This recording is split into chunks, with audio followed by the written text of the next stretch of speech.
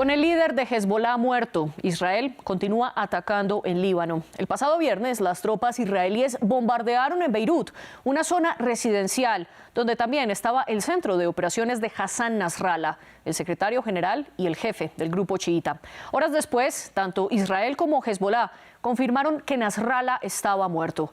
Un duro golpe para la milicia, a la que también le han matado múltiples comandantes desde el 7 de octubre de 2023, cuando Hamás invadió Israel. Mató a más de 1.200 personas y secuestró a 250, a lo que Israel respondió destruyendo la Franja de Gaza. Pero ahora el conflicto ha escalado contra Hezbollah, un grupo diferente a Hamás, pero que al igual que él cuenta con el respaldo de Irán, la otra gran potencia de Medio Oriente, además de los israelíes. Albert Naya nos cuenta más de quién era Hassan Nasrallah. Israel ha matado a Hassan Nasrallah, el líder de Hezbollah y uno de sus fundadores. Fue asesinado el viernes en un bombardeo israelí sobre los cuarteles del grupo, situados en un suburbio al sur de Beirut, según afirmó un comunicado de Israel. Hezbollah ha confirmado la muerte de Nasrallah, que dirigió al grupo desde 1992 y contribuyó a que se convirtiera en una fuerza regional. El Estado de Israel ha eliminado a Hassan Nasrallah, el líder de Hezbollah. Fue el asesino de miles de ciudadanos israelíes y extranjeros. Era una amenaza inmediata para la vida de miles de israelíes y otros ciudadanos. A nuestros enemigos les digo, somos fuertes y decididos. A nuestros socios les digo, nuestra guerra es la guerra de ustedes. Y al pueblo del Líbano le digo, nuestra guerra no es con ustedes. Es hora de cambiar. Israel ha matado a casi toda la estructura de mandos de Hezbollah en poco más de 10 días de operaciones, que comenzaron con las explosiones simultáneas de localizadores y dispositivos de comunicación del grupo y que fueron seguidas de bombardeos de sedes de Hezbollah en zonas residenciales de Beirut. La muerte de Nasrallah es un enorme golpe para Hezbollah y para Irán, cuya Guardia Revolucionaria fundó el grupo en 1982. El líder supremo de Irán, el ayatolá Ali Khamenei, reaccionó a las informaciones. La sangre del mártir no quedará sin venganza. Nasrallah se convirtió en secretario general de Hezbollah en 1992 con apenas 35 años. Calificado de terrorista por Israel y Estados Unidos, en sus discursos amenazaba a Israel y Occidente e incitaba a la base del movimiento. Según el Ministerio de Sanidad libanés, los ataques aéreos israelíes han matado a más de 700 personas desde la semana pasada, la mayor escalada desde la guerra abierta entre Israel y el Líbano en 2006. Desde la muerte de Nasrallah, las tensiones solo han escalado más. Israel podría invadir por tierra al Líbano en cualquier momento. Tanto es así que el ministro de Defensa israelí, Yoav Gallant, afirmó que la siguiente fase de la guerra a lo largo de la frontera sur que comparten los dos países comenzará pronto. Y las tropas libanesas se retiraron de sus posiciones fronterizas para irse 5 kilómetros más al norte, según reportó la agencia Reuters. Incluso el portavoz del Departamento de Estado de Estados Unidos, Matthew Miller, explicó que Israel le comunicó a la Casa Blanca que estaba llevando a cabo operaciones terrestres limitadas, centradas en la infraestructura de Hezbollah en el Líbano. Netanyahu no ha negado nada de esto, pero sí hizo un llamado a los iraníes para que dejen de respaldar a su gobierno.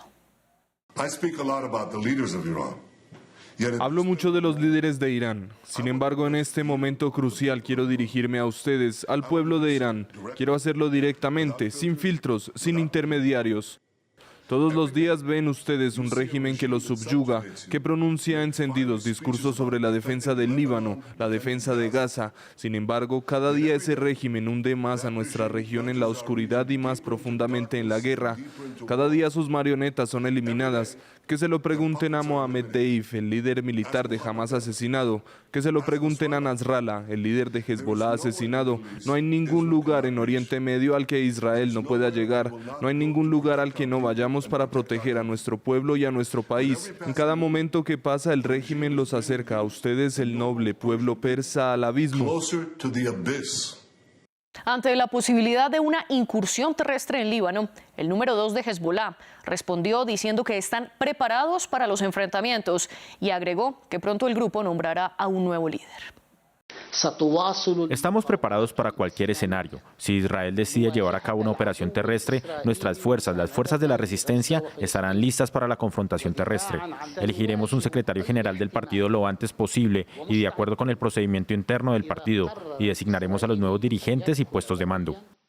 Más allá de ese nombramiento, ¿qué tan duro fue el golpe que le asestó Israel a Hezbollah con la muerte de su máximo líder y también de varios de sus comandantes de la cúpula?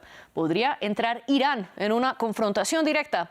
Lo analizamos en el debate de hoy. Para ello tenemos a dos invitados. La primera está en Modín, Israel, y se trata de Yana Beris, periodista experta en Medio Oriente y licenciada en Relaciones Internacionales por la Universidad de Jerusalén.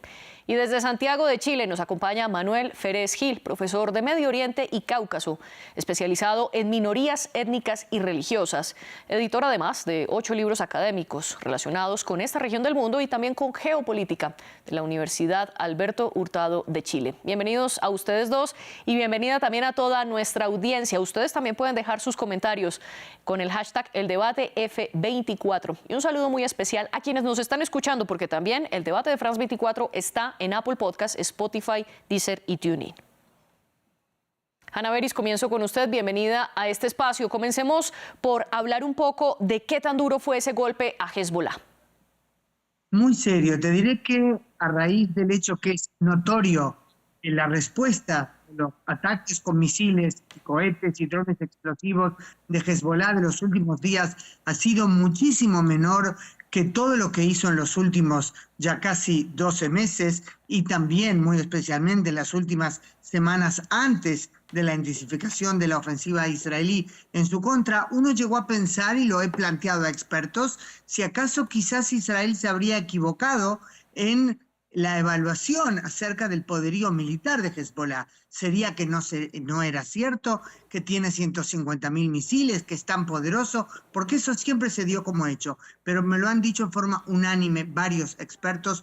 No, estamos seguros que la evaluación respecto al poderío militar de Hezbollah era cierta y le queda, por supuesto, a un gran poderío, pero la secuencia de las distintas etapas en la última ofensiva israelí, que comenzó por lo que no reivindicó Israel, pero le fue atribuido y todos entendemos que fue obra suya, ese operativo de los beepers explosivos, ¿verdad?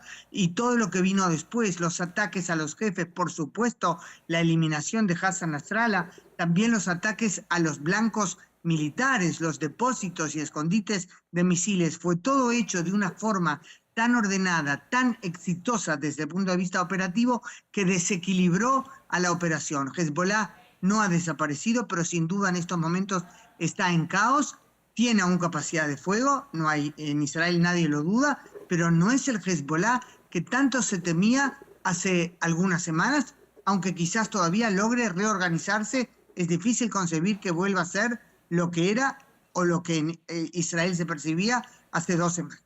Y ya vamos a analizar justamente ese alcance que podría tener Hezbollah, pero volvamos sobre un punto que usted mencionó, porque no ha sido solo la muerte de Hassan Nasrallah. A los golpes a Hezbollah también se le suman, como usted ya bien lo mencionaba, Yana, la explosión de más de 3.000 beepers y walkie-talkies o radioteléfonos que dejaron aproximadamente más de 40 muertos y miles de heridos. Aunque Israel todavía no ha dicho que es el autor de este ataque, como usted bien lo señala, Yana, muchos analistas han señalado a la inteligencia militar israelí como la responsable. Sin embargo, Israel sí se ha atribuido los ataques y los bombardeos durante más de una semana que han dejado cientos de muertos en suelo libanés, incluido Hassan Nasrallah. Manuel Ferez, también bienvenido a este espacio. Con todos estos golpes sucesivos a Hezbollah, más allá de si Israel asume o no la responsabilidad, ¿qué tan debilitado está el grupo chiita? Hola, María Clara, ¿cómo estás? Me gustaría abordar algo a la mesa de debate, ¿no? Tenemos una serie de conflictos en la región del Medio Oriente que son parte de un síntoma. Hay un problema mayor, mayúsculo. De hecho, no es casual que estemos hablando de Hezbollah y no del gobierno libanés. No es casual que sepamos el nombre de Hassan Nasrallah, pero a lo mejor a algunos colegas y expertos les complica el nombre del primer ministro o de algún otro político libanés. En ese sentido, el gran problema de Medio Oriente, María Clara, es la estructura endeble de muchos estados-nación. En ese sentido se entiende mejor Hezbollah como un síntoma del fracaso del Estado libanés, que ha sido incidido por muchos actores regionales de los que podemos hablar, incidido por Irán, incidido por Siria, en su momento incidido por Turquía y sin duda incidido por Israel, que han complicado la estructura del Estado libanés, no es viable como Estado, y desde ese sentido, Hezbollah como síntoma hay que analizarlo. volviendo al punto, pero partiendo de esta base de que no es solo un conflicto, el Medio Oriente está lleno de varios conflictos que recorren estos estados fallidos que tenemos desde Irak, desde Yemen, Líbano, Siria, podemos incluso preguntarnos la estructura de estados-nación en la región y desde ahí se entiende mejor. Este golpe a Hezbollah es un plan de larga duración. Muchos analistas hablan de más de 18 años de los cuales Israel ha tenido una preocupación por seguir los pasos no solo de Hassan Nasrallah, un Hassan Nasrallah que desde el 92 fue formando Hezbollah a su imagen y semejanza. Por eso es bien diferente el asesinato de Hassan Nasrallah al asesinato de Qasem Soleimani, por ejemplo. Qasem Soleimani era parte de una estructura a la cual era funcional. Hassan Nasrallah era la estructura. Veremos cómo se puede reagrupar Hezbollah y ahorita si quieres platicamos cómo cambiaría una incursión terrestre israelí como la del 78 o la del 82 en un territorio libanés que, como digo, ha sido incidido de muchas maneras. Solo quiero recordar algo que a lo mejor se nos da por la inmediatez de la noticia.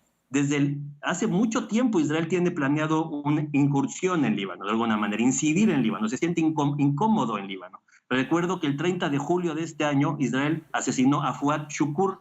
Eso es antes de los Vipers. Entonces, si lo vemos en la larga duración, la guerra entre Hezbollah e Israel y la guerra entre Israel y Gaza se presentan como un escenario complejo que también tiene incidencias locales en Israel. Y la gran pregunta es, ¿Hezbollah es capaz de sustituir a su estructura que ha sido completamente diezmada por estos ataques precisos de Israel?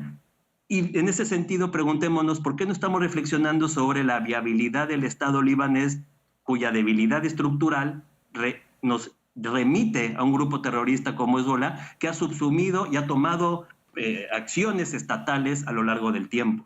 Pues precisamente déjeme preguntarle sobre ese punto, Manuel. Ustedes bien señalan que la estructura de Hezbollah ha sido diezmada porque junto a Nasrallah, Israel ha matado por lo menos a 5 altos comandantes y a decenas de altos militares también en altos cargos del grupo chiita. Pero Manuel, usted dice que Nasrallah era la estructura. Para explicar un poco de qué pasa entonces con el Líbano, quiero preguntarle, uno, Hezbollah, ¿qué representa en ese país? Más allá de ser un grupo armado, un grupo terrorista, como usted lo menciona, ¿qué significa para los libaneses? Y dos, ¿en qué queda entonces el Líbano como Estado sin la figura de Nasrallah? Muy buena pregunta. Matthew Levitt, que es un profesor especialista en Hezbollah y en el Líbano, nos dice, la mejor manera de comprender Hezbollah es desde la multifacético, es un grupo multifacético, porque sin duda, es una fuerza política libanesa, sin duda es un movimiento religioso shia en el Líbano, también es un movimiento social que cubre donde el Estado ha estado ausente, también es una milicia armada paramilitar y también es un aliado iraní. Desde esa multifaceticidad de Hezbollah, por inventarme una palabra, hay que reflexionar sobre por qué existe Hezbollah.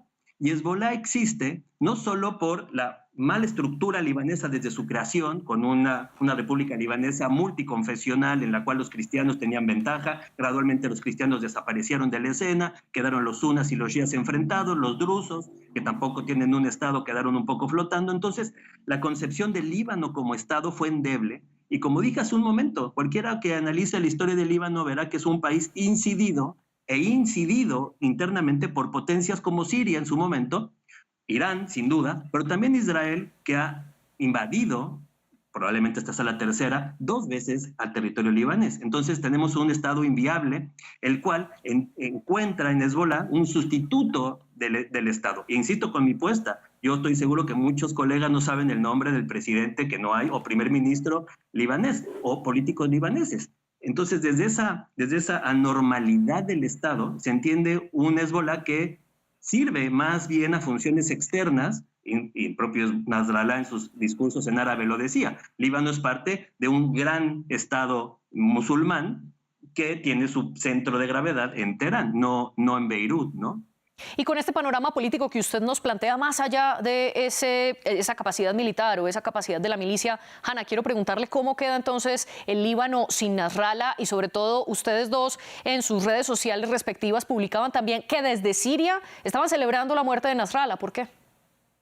Así es. Bueno, ante todo, fueron realmente de película, ¿verdad? Esos videos que han estado circulando en Idlib, al norte de Siria, también en otros lados, los festejos de sunitas, que no digo que todos ellos sean amantes de Israel, pero sin duda eran realmente enemigos, odiaban a Hezbollah, no solo, y a Nasrallah especialmente, no solo por ser un líder chiita, conocemos que el gran cisma en el mundo islámico es entre sunitas y chiitas, sino porque por orden de Irán, Hezbollah llevó a sus hombres a la guerra civil en Siria, y cuando el presidente Bashar el-Assad de Siria se estimaba que podría estar por caer, cuando comenzaron los levantamientos en Siria, de hecho la intervención de Irán y Hezbollah fue lo que salvó su régimen mediante el asesinato de enorme cantidad de sirios, sunitas en su enorme mayoría, y esa es la razón, por supuesto, por la cual había festejos estos días. Ahora, yo quisiera, si tú me permites, comentar dos elementos importantes de lo que mencionó Manuel en su presentación interesante del tema, que creo que deben ser aclarados. Israel, en efecto, invadió, cada uno elegirá el término que le parece más adecuado, el Líbano en 2 oportunidades, pero siempre fue no por ambiciones territoriales respecto al Líbano, sino para alejar la amenaza de los disparos en su momento se hablaba de cohetes, cuando estaba la OLP en territorio libanés, luego llegó Hezbollah, o sea, primero la guerra del 78, la guerra del 82, en el 2000 Israel ya se retiró del Líbano, pero siempre fue para tratar de alejar las amenazas de cohetes y misiles, primero de la OLP y después de Hezbollah. Otro elemento importante es recordar que Hezbollah sin duda no se habría convertido en lo que llegó a ser, y yo no digo que fue diezmado ya, sino que ha sufrido serios golpes, pero aún no ha desaparecido.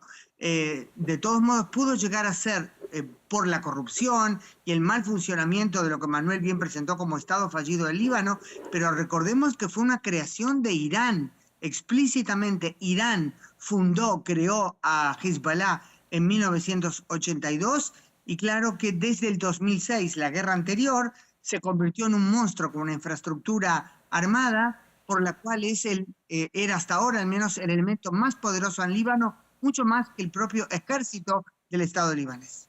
Y justo eso da pie para la pregunta que le quiero hacer, Hanna, y es en todo esto, ¿dónde está Irán? Como usted bien lo dice, Hezbollah entró a Siria por orden de Irán, Hezbollah fue creado por Irán, y también hay múltiples artículos que señalan que el grupo chiita asesinó a políticos libaneses también siguiendo órdenes de Irán. En ese sentido, ¿por qué Irán entonces no responde defendiendo a Hezbollah?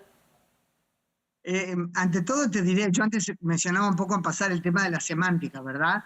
En Israel le llaman el eje del mal, en el Líbano, o mejor dicho, en las filas de Hezbollah le llaman el eje de resistencia. Me refiero a ese sistema compuesto por varias piezas del mosaico, encabezado por Irán, que ha utilizado durante años, porque hasta el 14 de abril último, Irán nunca atacó en forma directa a Israel. Siempre fue a través de lo que suele llamarse los proxies, ¿verdad? Sea Hezbollah en Líbano, que aunque Hezbollah es mucho más que un proxy, es un elemento central de ese sistema encabezado por Irán. Pero los hutíes desde el Yemen, que yo digo a veces parece casi de película en broma, ¿qué tienen que los hutíes que ver con Israel a casi 2.000 kilómetros de distancia? Nunca tuvieron un conflicto con Israel. Es todo por la influencia, las armas, el dinero de Irán, que ha incitado a esa milicia extremista, fundamentalista, por supuesto, a atacar con misiles el territorio de Israel. El último, el más reciente, fue el sábado por la tarde, y ayer Israel le respondió con un fuerte ataque a las instalaciones petrolíferas en Arras y al puerto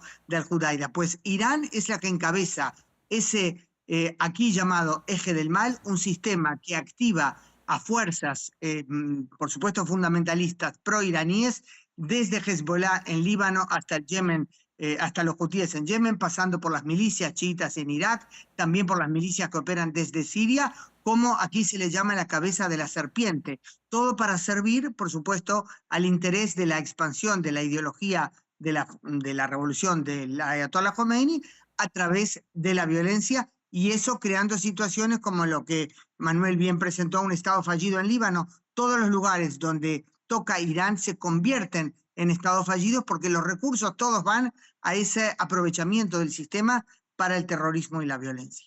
Partiendo del hecho que usted menciona que Irán hasta abril no había atacado de manera directa a Israel, sino que lo hacía a través de los grupos que ha financiado y que ha formado también militarmente, quiero preguntarle a Manuel qué esperar de la respuesta de Irán, sobre todo teniendo en cuenta la declaración pública que hizo el líder ayatolá Ali Khamenei, que dijo que la esperanza y el futuro de la región estaba en la decisión de Hezbollah. Un poco se está lavando las manos Irán y lo está dejando solo en esta guerra contra Israel.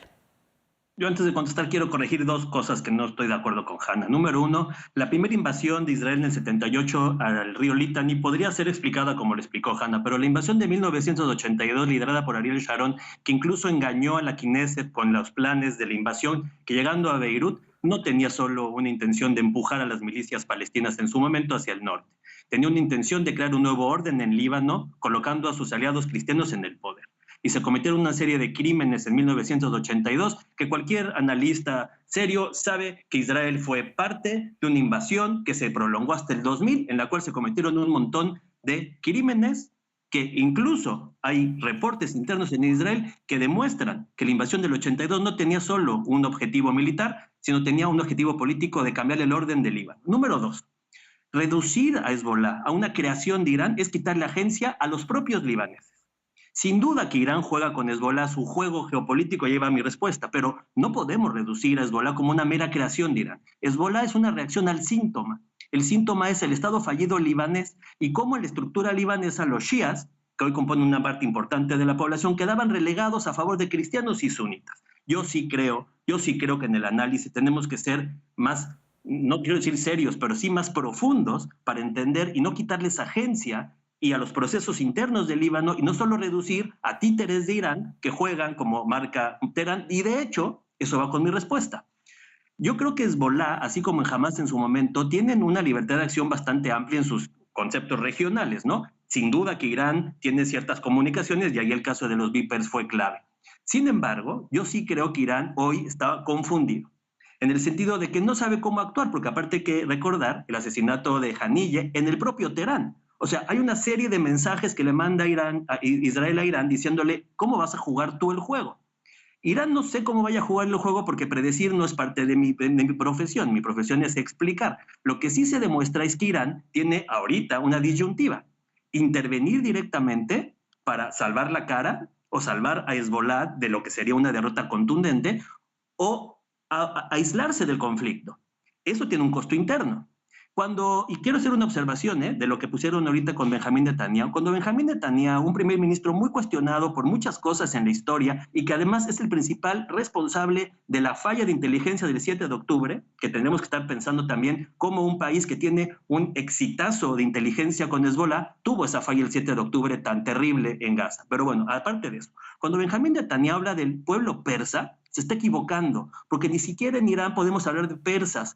Dentro de Irán hay una serie de minorías no persas que tienen que ser visibilizadas desde ahí. Entonces, como bien dice Hanna, usemos los conceptos de manera correcta para no generalizar, quitarles agencia a los locales. Y para terminar mi respuesta, este es un momento de coyuntura.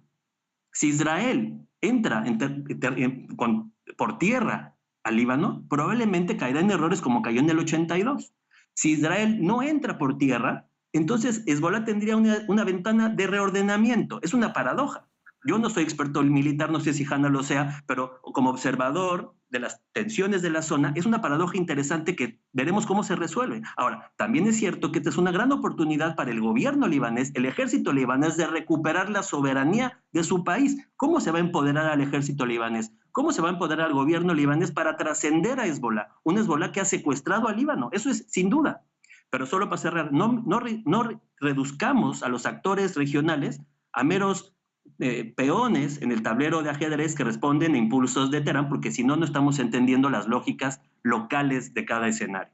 Y precisamente para irnos más allá de Irán y hablar de múltiples actores y la agencia que usted propone, Manuel, quiero preguntarle a Hanna por los hutíes de Yemen. Usted bien mencionaba ese eje de la resistencia llamado por Irán o el eje del mal llamado por Israel y por Estados Unidos, al que pertenecen Hamas en la Franja de Gaza, Hezbollah en Líbano, los hutíes en Yemen, porque Israel, además de bombardear en el Líbano, también comenzó a atacar el pasado fin de semana en Yemen a los hutíes en represalia a una ataque, a uno de los múltiples ataques que han tenido los hutíes en contra de los barcos que transitan por el Mar Rojo. Hanna, ¿tiene la suficiente fuerza Israel de tener tantos frentes abiertos? Además de esos 3, Netanyahu se refiere a 3 adicionales en Cisjordania contra las milicias de Irak y Siria y contra Irán.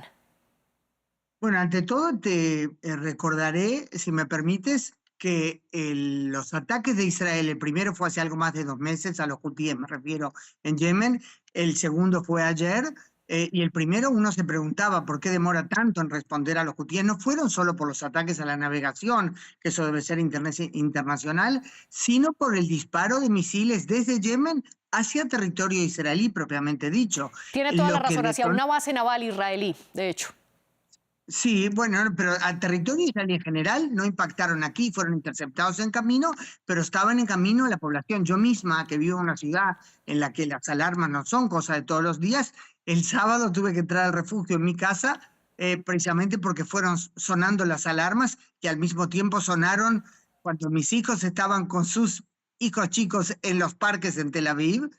Sonó en muchas partes del centro de Israel porque estaba un misil en camino desde Yemen, fue interceptado a tiempo al final antes de que entre al espacio aéreo de Israel. Pues hubo ataques directos de los hutíes a territorio israelí, o mejor dicho, intentos de ataques, lo que detonó el primer ataque israelí hace algo más de 2 meses al puerto del Hudaida, y las llamas ardieron allí durante muchos días, fue la explosión de un dron lanzado por los hutíes, que ese sí logró infiltrarse y mató a una persona en Tel Aviv. Ahora, tú me preguntas con razón, creo que es una pregunta clave ahora, ¿acaso tiene Israel fuerza? Ahora Israel está demostrando, con el cambio se ve como un giro, yo diría, conceptual, porque recordemos que esto lleva ya casi un año. El 7 de octubre fue la masacre de Hamas en el sur de Israel. Israel lanzó pues la guerra con el declarado objetivo de desmoronar a Hamas como régimen que gobierna en Gaza y quitarle su infraestructura militar de modo que ya no pueda amenazar a Israel. Y de inmediato, el 8 de octubre, Hezbollah comenzó a disparar hacia Israel presentándolo como solidaridad con Gaza. Y cuando ante el, yo diría, espanto o incredulidad de las localidades fronterizas israelíes, que eran blanco constante de disparos desde Líbano, Israel no respondía a gran escala. No era exactamente responder, ¿sabes?, destruir un lanzador desde el que salió un misil. Se hizo algo más, pero no era lo que se podía hacer como se está viendo ahora. La gente del norte decía, ¿y por qué el ejército no responde?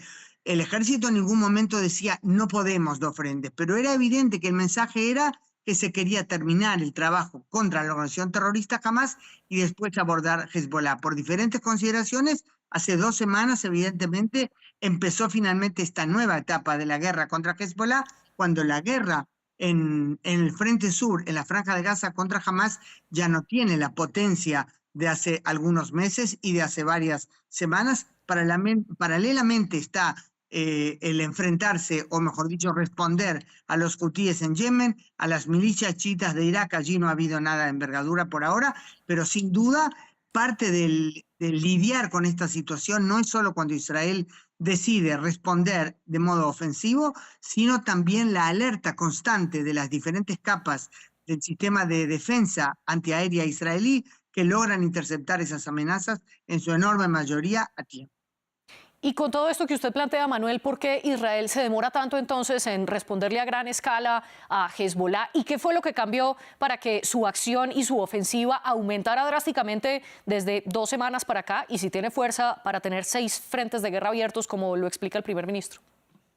Bueno, yo creo que hay que recordar que a Israel a veces le pasa, muchas veces le pasa que gana militarmente, pero pierde políticamente. Entonces, el cálculo político también es importante a la hora de analizar una escalada militar. O sea, recordemos que también tienes una presión de tu aliado principal, Estados Unidos, tienes la presión de tus aliados regionales, Arabia Saudita, Emiratos, el propio Egipto, que te están mandando ya mensajes, una Europa que se empieza a impacientar, porque queramos o no, estas operaciones conllevan una importante pérdida de vidas de civiles, desplazamientos importantes, se habla de 1 millón de desplazados en Líbano. Entonces, no solo cuando platicamos solo del aspecto militar y lo aislamos del aspecto político, a veces no entendemos mucho las dinámicas. Seguramente la lógica militar te habla de ventanas de oportunidad. Es decir, tenemos este objetivo, tenemos esta estrategia, la podemos llevar a cabo en este momento. De hecho, muchas veces ha tenido Israel la oportunidad de matar a Hassan Nasrallah o en su momento a Haniyeh, como en su momento a Arafat, y no se llevaban a cabo, porque las ventanas de oportunidad militares también tienen que tener cierta coincidencia con el escenario político.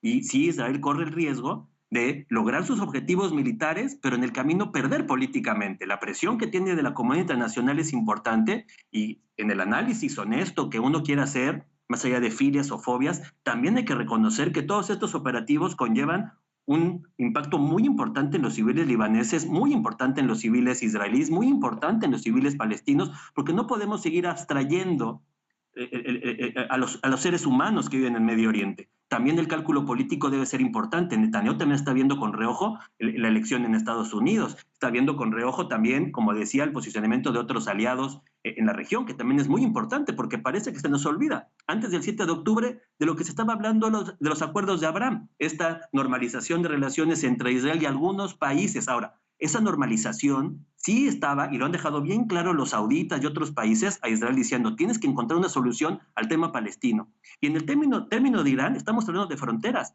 Técnicamente, no hay frontera entre Líbano e Israel. Son acuerdos de armisticio del 49 que se pueden negociar, pero no es frontera internacionalmente reconocida. Entonces tenemos bastantes factores, María Clara, que explican por qué se lleva a cabo o no una acción militar, no solo el mero cálculo militar. Y precisamente para abordar ese cálculo político también, Hanna, quiero preguntarle si es posible una invasión o una incursión terrestre por parte de Israel en el Líbano, teniendo en cuenta esa ventana política. Por un lado, las elecciones estadounidenses, donde los demócratas aspiran a presionar a Israel a un cese al fuego para llevarse también una victoria quizás electoral a casa que pueda impulsar a los demócratas frente a los republicanos. Por otro lado, ese cese al fuego propuesto por Estados Unidos y Francia de 21 días sin disparos y sin una tregua en Líbano con Hezbollah. Y, como usted también lo mencionaba, Manuel, esas protestas internas dentro de Israel en contra de Netanyahu, o más concretamente pidiéndole acciones eficaces para la liberación de los rehenes que están en poder de Hamás, que Hamás los secuestró y que podrían seguir vivos. Hanna, ¿hay una ventana política entonces para esa incursión terrestre o quizás no? Sin duda, María Clara. De hecho, en el momento que estamos hablando podría estar comenzando esa incursión terrestre que se aclara de antemano. Ante todo, te diré que el Gabinete de Seguridad israelí, lo que se ha publicado es que aprobó la nueva etapa en la guerra contra Hezbollah. No se permitió dar más detalles, pero paralelamente a esa confirmación de la aprobación de la nueva etapa, se multiplican las informaciones desde fuentes, o sea, desde el Líbano, de fuentes libanesas, diciendo que las tropas israelíes avanzan en Israel. Hace ya días que está claro que la entrada por tierra es más que una opción probable y posible, que se consideraba eso como una nueva etapa necesaria para poder ampliar la guerra contra Hezbollah, pero no es algo solo, digamos, por el marco general de decir una guerra que sea más grande. Hay un tema muy puntual. En la zona contigua a la frontera entre Israel y el Líbano, del lado libanés, hay unas 35 aldeas de población chiita, o de población absolutamente chiita o de una avasallante mayoría, en las que viven, de hecho, miembros de la unidad Radwan de la organización terrorista Hezbollah. Radwan es no solo la unidad considerada élite, la fuerza de choque de Hezbollah, sino la unidad que durante años estuvo preparando lo que Hezbollah anunciaba como un programa claro, la invasión de la Galilea para perpetrar allí, estos son mis términos, algo que yo pienso habría hecho empalidecer lo que fue la masacre de Hamás el 7 de octubre en el sur de Israel. Pues mira ese escenario que es típico de las organizaciones terroristas que se infiltran en la población y de hecho convierten lo que deberían ser espacios civiles normales en blancos militares legítimos, y esto lo digo yo, son mis palabras, porque el derecho internacional reconoce que un espacio civil que es usado con fines militares se convierte en un blanco militar legítimo. Pues terroristas de Radwan, viviendo con sus familias en esas aldeas contiguas a la frontera con Israel, desde las que pueden controlar, ver claramente lo que pasa en 58 localidades fronterizas del lado israelí. Es un peligro inminente. Discúlpeme, la interrumpo, pero se nos acaba el tiempo y quiero también que Manuel pueda dar su conclusión. ¿Existe la ventana política para que Israel haga esa incursión militar por tierra en Líbano y sobre todo tiene la capacidad militar para abrir otro frente y militarmente Hezbollah respondería? Muy brevemente. Bueno, parece que sí. El cálculo militar israelí es que se puede abrir otro frente y meter tropas en territorio libanés. Puede hacer. Ahora, el cálculo político es más complejo, María Clara, porque una cosa es lo que se dice y otra cosa es lo que se pacta. Probablemente algunos aliados israelíes, como Arabia Saudita, Emiratos, dirán hacia afuera condenas y a lo mejor están cómodos con esto. Yo creo, y con esto termino, que siempre que hablemos de una intervención militar tenemos que ver los efectos políticos que genera. Y lo único que podemos hablar es los precedentes que yo traje a la mesa, el 78 y el 82. Esos precedentes nos indican que la tentación de quedarse en territorio libanés existe.